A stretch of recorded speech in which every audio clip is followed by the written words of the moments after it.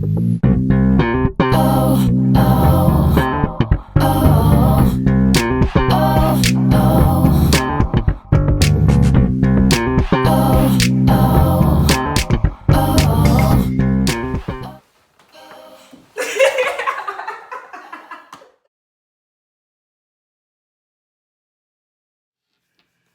y'all, welcome to episode 2. This is actually going to start off a two-part podcast series. And so we are going to go ahead and jump into part 1 of GiGi's breast cancer journey. All right. So I wasn't really there for the beginning Right. of the journey, which we'll get to. Right. So maybe you want to go ahead and get us started? Okay. So as everybody knows, as you know, October is Breast Cancer Awareness Month. And unfortunately and fortunately, I have a story to tell connected with breast cancer. And I say fortunately because I do believe that there's a silver lining in every cloud. There have been some positives that have come out of this diagnosis. Sure. So we'll go back to May of 2019, last year. I had my regular mammogram done like I always do. They bring the mammogram van to our office and you schedule a time and you go out back and you go in the van and have your mammogram done. And that's what I did. The one caveat is that I had one particular time scheduled and I wasn't able to do it at that time. And so I ended up having to do it later on in the afternoon. That'll be important in a minute.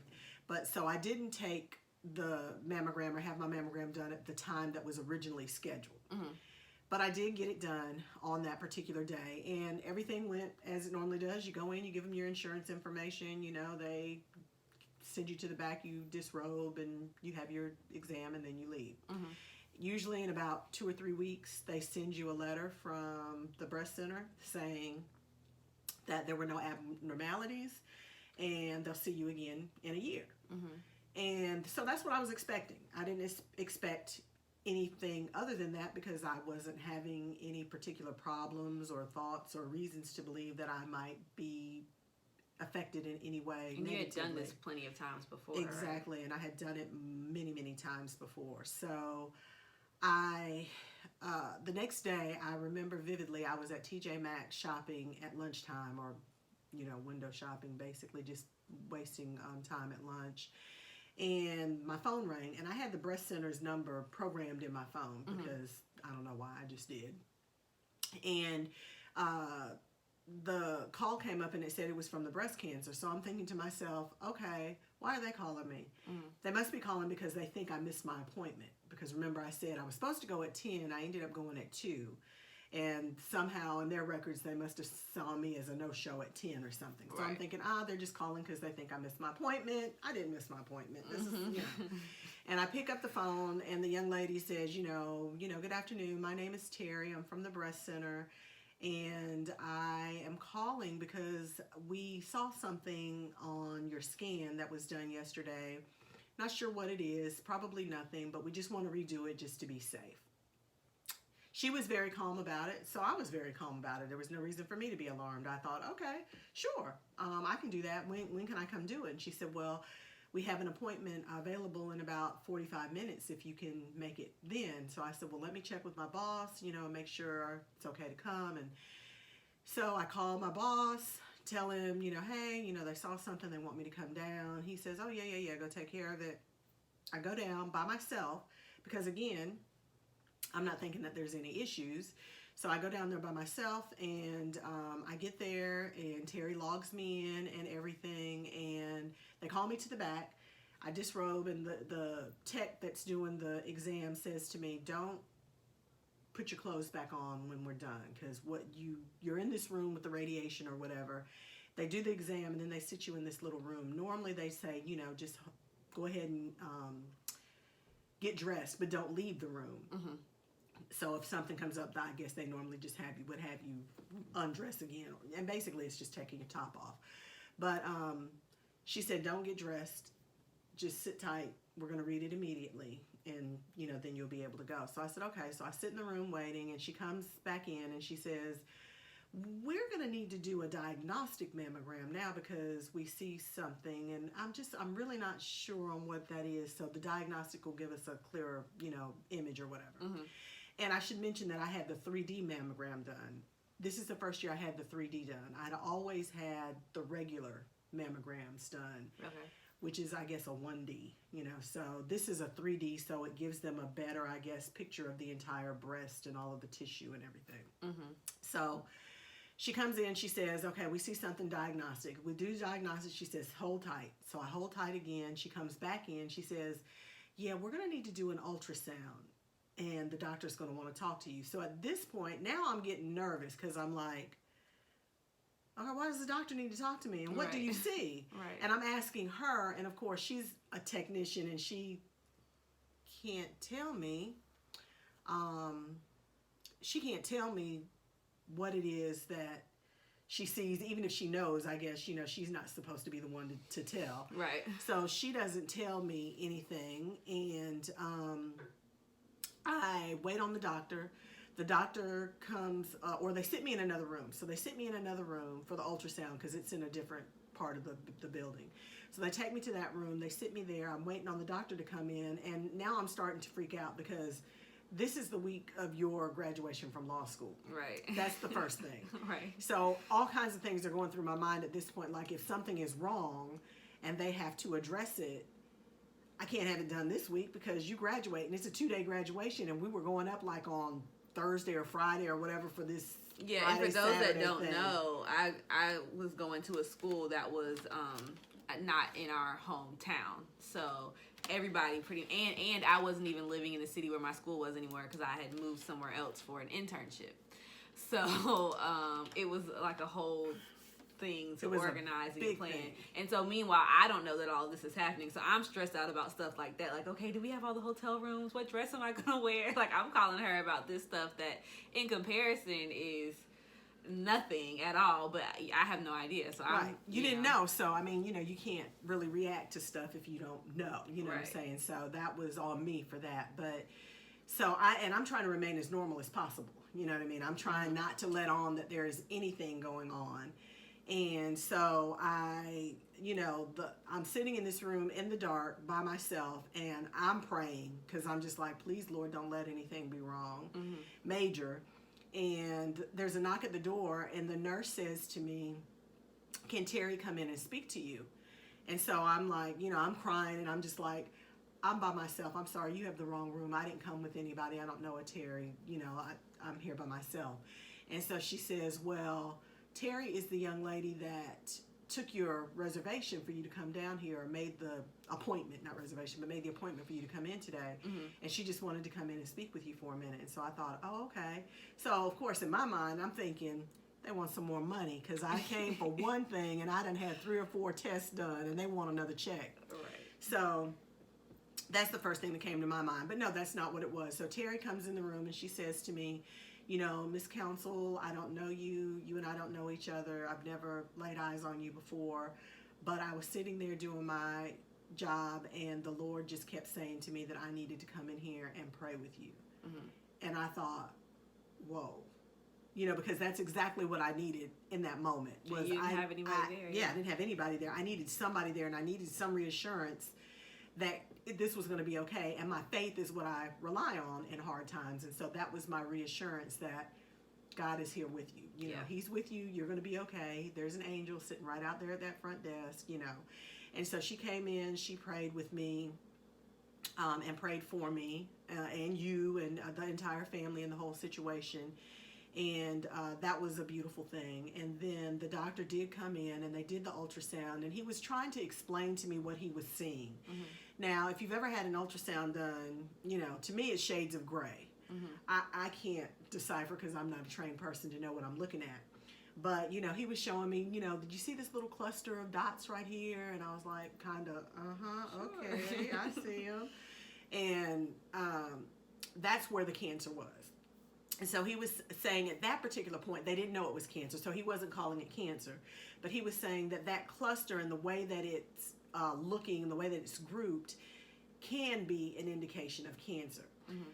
The other thing it can be is just calcium deposits when women get older. And at that point, I was 53 years old. So women over 50 tend to have these calcium deposits more. And so he said it could very well just be the calcium deposits. But normally when it's grouped tightly like that, that's an indication that there may be some cancer present. But he wouldn't say for sure. The only way to find out for sure was to have a biopsy.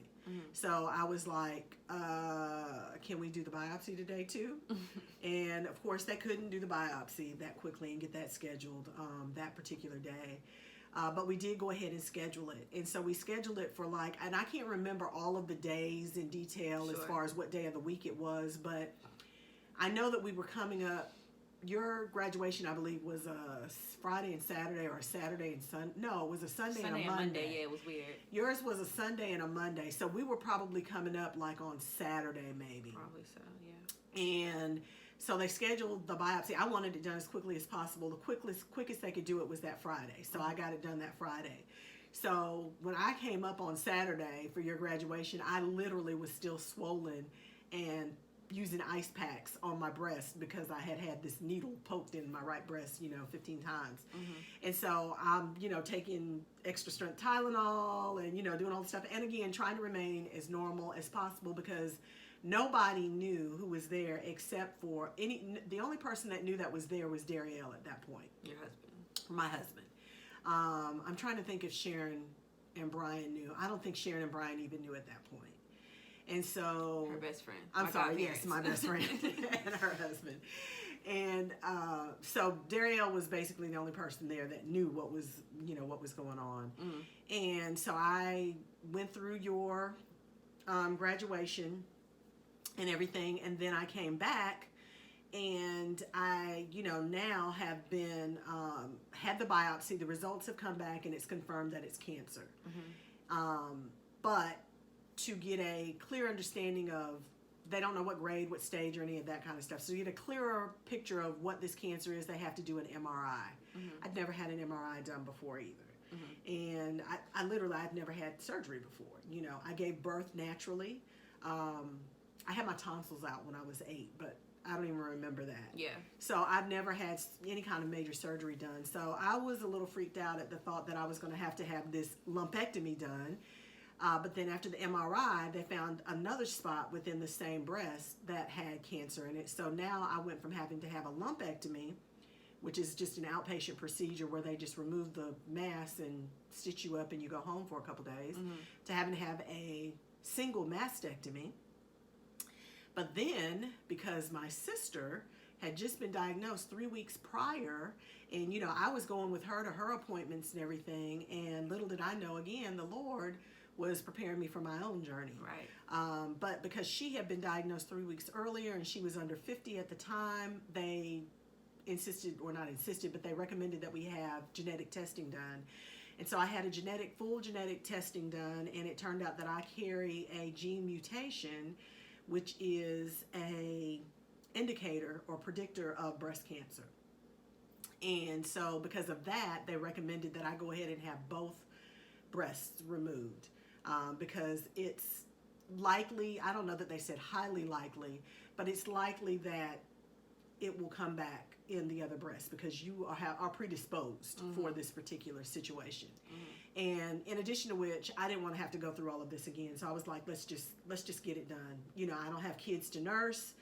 I was very small breasted anyway, honestly. People probably wouldn't have known if I had breasts or not.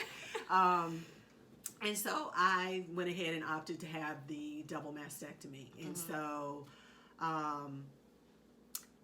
then the hard part came because we had to schedule the surgery. And you didn't take, so now we're June the 13th. So May the 16th, I have the mammograms done. June the 13th is when I was formally diagnosed after having had the MRI, guided biopsy. And now I've got to schedule surgery.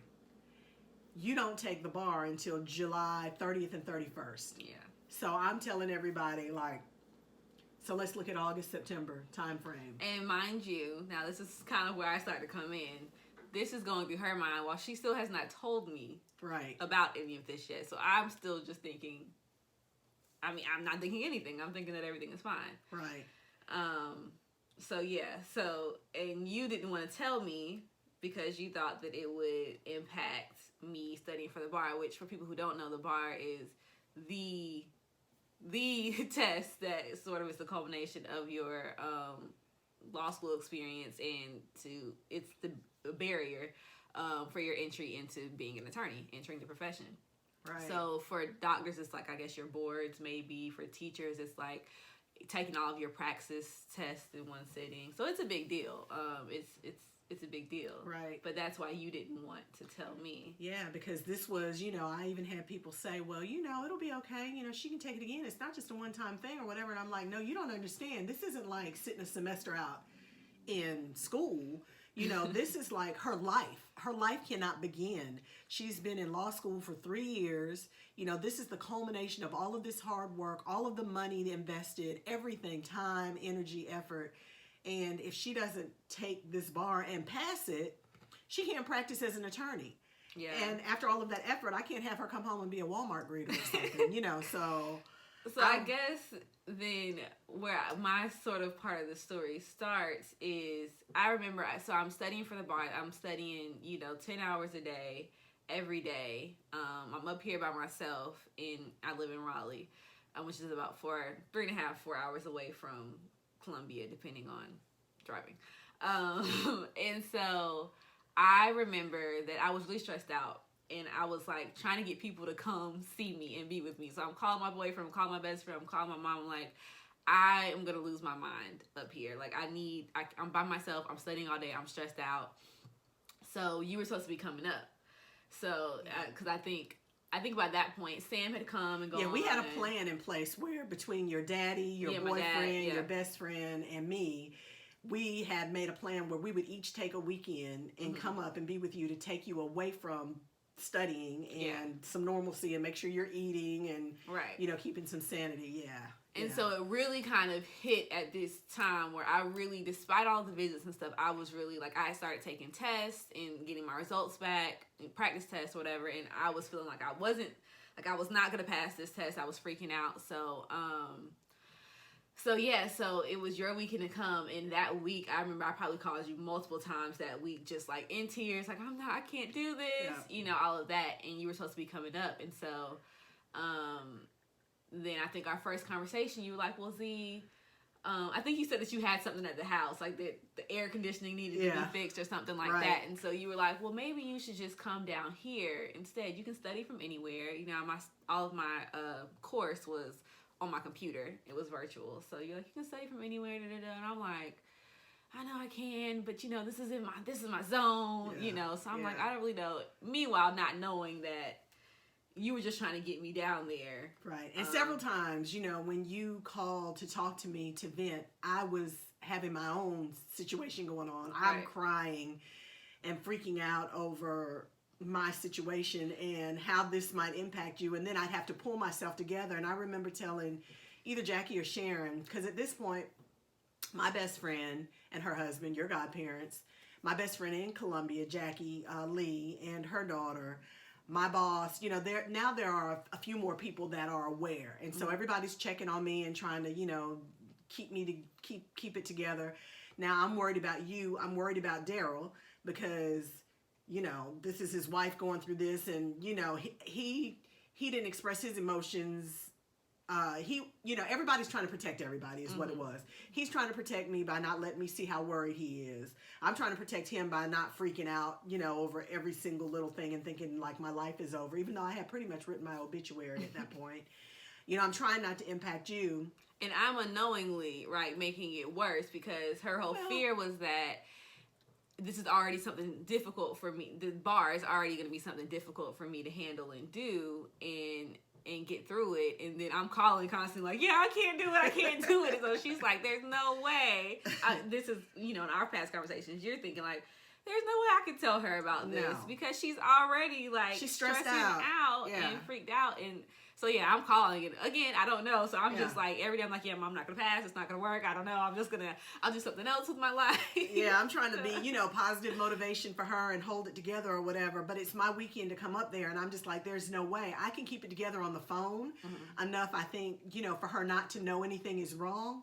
But I'm like, if she's face to face with me, Zakiya and I are so in tune with one another. I'm like, she's gonna know something is wrong, whether I come out and say it or not. My body language, my behavior, my demeanor is gonna let her know that something is wrong. And so I was like, I cannot go up there. But now if she comes here, she's gonna know. So we're gonna have to tell her. So I've already been in cahoots with the doctors and the surgeon, the oncologist, the nurse navigator, everybody. Like, we can't do this. I finally convinced the surgeon not to do the surgery until the first week in August, which presented another dilemma because you had already booked a vacation, a graduation vacation for that week where you and your best friend were going to Miami. So I'm like, oh my gosh, this can't get any worse. She's going to lose all of her money that she's spent on this, for this vacation to relax or whatever. And so at any rate, it became apparent at some point that you're going to have to tell her. And other people here, to their credit, everybody, my best friends, my husband, everybody was saying, you got to tell her, you got to tell her. And I was just like, no, y'all don't know. Y'all don't understand. She has got to pass this bar. I cannot be the reason that she does not pass this bar. And the surgeon agreed. It was a little further out, than he was comfortable with, but he agreed to let me wait until the first week of August. That was before I got involved. So, long story short, what happens is I come home that weekend. I call everybody and I'm like, y'all got to get over here. I just planned this dinner impromptu. Like, Zia's coming home. I'm going to do a cookout. Everybody come over. My best friend, well, she couldn't come up. Oh, and that's another thing I wanted to share, that my best friend, like, she's the real MVP. Sharon Cox Beverly. Absolutely. She literally, from the time that I told her that this was going on, she literally, and she lives 5 hours away in Columbus, Georgia. She got in her car every Friday without fail and came up here to be with me. Now, I hadn't had surgery or anything at that point. I just knew I had been diagnosed with breast cancer. She would not allow me to be by myself at all. And I tried my best to discourage her, but I love her so much. And we've been through many things or whatever, but this is something that just is so over the top for me. If you don't have a friend that has that depth of love, it's hard to explain, but this woman, I mean, she's the real MVP. That's all I can say about that. Yeah. And so I think she was supposed to be coming up that weekend. I think maybe work ran long or something like that. Yeah, she had some clients or something. And she couldn't come that Friday. She came Saturday. But so, yeah, I come down Friday. And so here's the first thing. So I get to the house before she gets home. I think you said that you had, like, you were picking up groceries or I don't know, something like that. Well, earlier that day you had some sort of gone to the doctor, I think. I had gone to a plastic surgeon, actually, to talk about reconstruction. Yeah. And during the course of this appointment, they mark you up. So they use these, like, indelible markers or whatever, and they mark from your, clavicle down to your nipples and from your chest to your whatever. Yeah. They had all this ink. So I had on a, like a V-neck or a round neck t-shirt or something. And I didn't think anything of the fact that I had been marked up. And so Jackie and Daryl had gone to the appointment with me, but once the surgeon had told us what his plan was, they left and went back to work. Yeah. And so I checked out on my own, and then I went back. No, I was off that day. So because it was summers and we don't work on Fridays. And so I was coming home. I was trying to time it so that I could get home before you got home, because I also thought I had left my breast cancer bag on the counter that had the ice packs and the information in it. So I was like, oh my God, if she gets to the house first and she sees that, how am I going to explain it or whatever? So I'm just really like panicked at that point too about that. But go ahead. So I get to the house first, and so I'm like in the kitchen, trying to see what food is in there, wasting time until she gets there. And so she said she's getting some groceries and she's on her way home. So she gets to the house, and so she gets there with the groceries, and we're starting to put the groceries away. I'm helping her put the groceries away. And so she goes to put something away, and I come around, and I'm like, what you got on what's on your chest? What's on your neck? Or wherever the mark was. I'm like, what is that? And she's like, what's what? I'm like, the works. You got something written on here. What do you mean? What do you have? What's on you? And so she's like, oh, I don't even know what you said. Like, I think I said I have a thyroid issue. Oh, I have that's a goiter. Right. That's right. And I have to have it checked every year. And so I just said it was in connection with that. Like they, I had to have the goiter checked, and they were doing measurements or whatever. And so that was the first thing. So first that happened. giveaway. So I was like, okay. And well, I remember you looking at me and being like, because when I gave you that story, and you looked at me and you were like, Mom. Right, because she's not a good liar. That is what that is. I mean, not that anybody should be a good liar. I'm a little bit better, but she's not a good liar. So she's like I can see her wheels turning as she's trying to come up with an excuse. And so I'm like, and a little bit of background, because she has this goiter, she's had doctor appointments and stuff regarding that before and not told me until after the fact. I'm like, you never told me you had an appointment? You need to tell me when you have an appointment. And so I'm already like, well, you didn't tell me about that. Don't be hiding nothing from me. You need to tell me. Yeah. And so I think I said something like that. Yeah, you were like, Mom, you better not be lying. Yeah, Are you telling me the truth? Is something else? What's going on? And I was like, Zakia, it is the goiter. I do it every year. You know that. They go in, they, mark it up, they measure it. So fast forward to that night. So we had a little dinner. I think my best friend came. My boyfriend was supposed to come, but I think by the time he got done doing whatever he was doing, the thing had happened. So yeah, I had Sharon on the phone. Jackie, I believe, was there in person. Daryl was there. Jasmine was there. Your sister. So I, because I'm like, y'all have got to come and help me do this. Like, first of all, now in my mind, it's become a reality that I'm going to have to tell her. And my fear at that point becomes she and I are so close that I have damaged this relationship. So I'm like, she's going to hate me. Like, as close as we are, she's going to hate me, and she's never going to come back from this. Like, this is not the kind of thing that she's going to be able to easily get over. So I'm panicked. I'm just like, oh gosh, how is this gonna work?